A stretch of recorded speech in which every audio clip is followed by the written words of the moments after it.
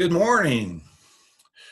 Yes, many moons ago, I had a performance evaluation. And at the end of that evaluation, my boss said things that he thought I could do to improve. And he only had one word that particular evaluation: communication. And I looked at him and it's like, communication? That's a large word.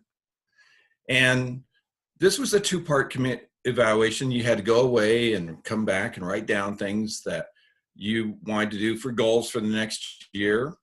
And he said, oh, you could go to Toastmasters. That's one way to improve your communication.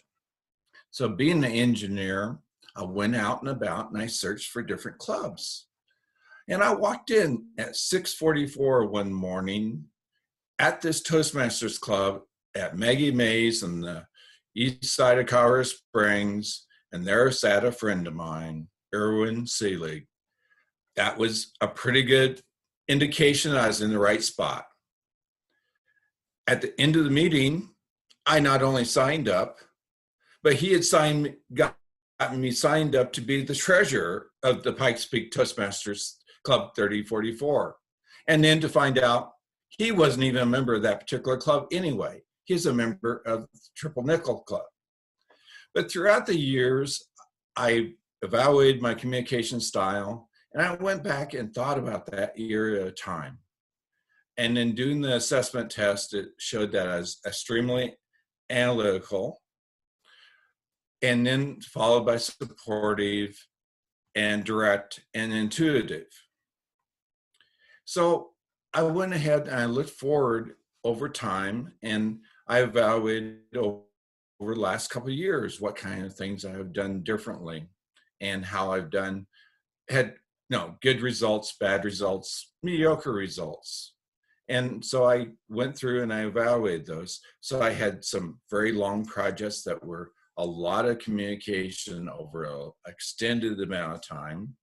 Some that were a little bit shorter, that were over a week or two, some over a few hours, and some instantaneous. And I found out that, yes, I'm still, even today, analytical in my communication style, but I'm finding out that I'm trying to be more supportive, to give opportunities for individuals to go out and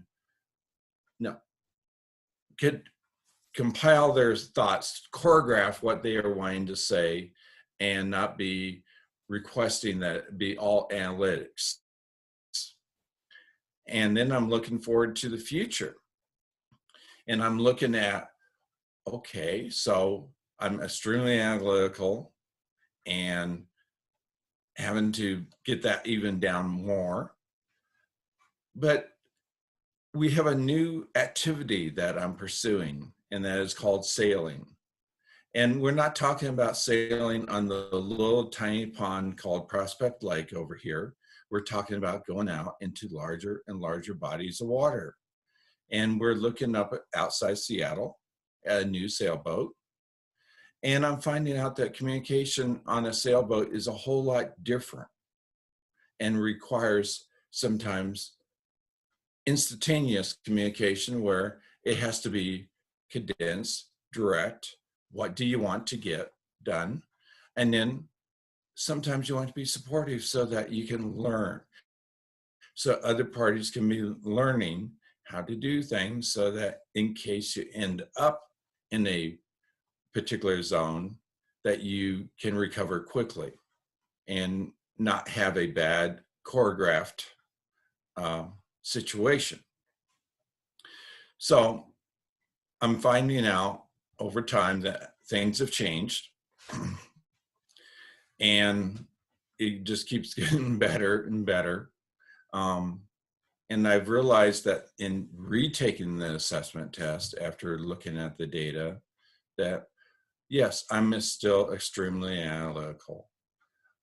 I'm become more supportive in allowing others to go through and not necessarily have data to communicate with me.